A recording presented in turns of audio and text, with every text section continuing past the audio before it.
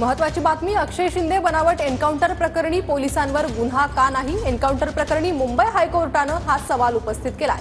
CID कडून स्वतंत्र चौकशी आयोगामार्फत समांतर चौकशी सुरू असल्याचं वकिलांनी म्हटलंय। तातडीनं कारवाई करण्यात कायदेशीर अडचणी असल्याचं वकिलांचं म्हणणं आहे। विशेष सरकारी वकील अमित देसाईंनी हायकोर्टात ही माहिती दिली आहे।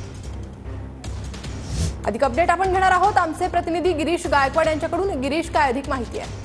नक्कीच कोर्टामध्ये सुनावणी सुरू झालेली आहे आणि आपण पाहतोय की बनावट एन्काउंटर प्रकरणी अद्याप पोलिसांवर गुन्हा का नोंदवला नाही असा सवाल मुंबई हायकोर्टाने आता विचारलेला आहे। या प्रकरणाची स्टेट सीआयडी कडून आपण पाहतोय की स्वतंत्र चौकशी सुद्धा सुरू आहे आणि या प्रकरणाची आयोगामार्फत समांतर चौकशी देखील सुरू आहे। त्यामुळे प्रकरणात तातडीनं कारवाई करण्यात कायदेशीर अडचणी आहेत असं विशेष सरकारी वकील ॲडव्होकेट अमित देसाई यांनी कोर्टाला ही माहिती दिलेली आहे। यावर कोर्टानं विचारणा केलेली आहे की नेमकी काय अडचण आहे आणि त्यावर देखील आपण पाहतोय की आता युक्तिवाद सुरू झालेला आहे। पोलिसांवर बनावट एन्काउंटर केल्याचा आरोप करणारा अहवाल संबंधित पोलीस अधिकाऱ्यांना देण्यास राज्य सरकार येत नाही आणि विशेष सरकारी वकील ॲडव्होकेट अमित देसाई यांनी हायकोर्टामध्ये माहिती दिलेली आहे। याचिकाकर्त्या पोलीस अधिकाऱ्यांना अर्ज करून अहवालाची प्रत उपलब्ध करून देण्याचा हायकोर्टाने देखील निर्देश दिलेले आहेत। त्यामुळे या प्रकरणाच्या अंती नेमकं काय होणार आहे हे देखील पाहण्यात महत्त्वाचं ठरणार आहे। या प्रकरणातील संबंधित पोलीस अधिकाऱ्यांची याचिका हायकोर्टाकडून निकाली काढल्याची देखील माहिती मिळते। आपण पाहतोय की बदलापूर एन्काउंटर ज्या पद्धतीनं झालंय त्यानंतर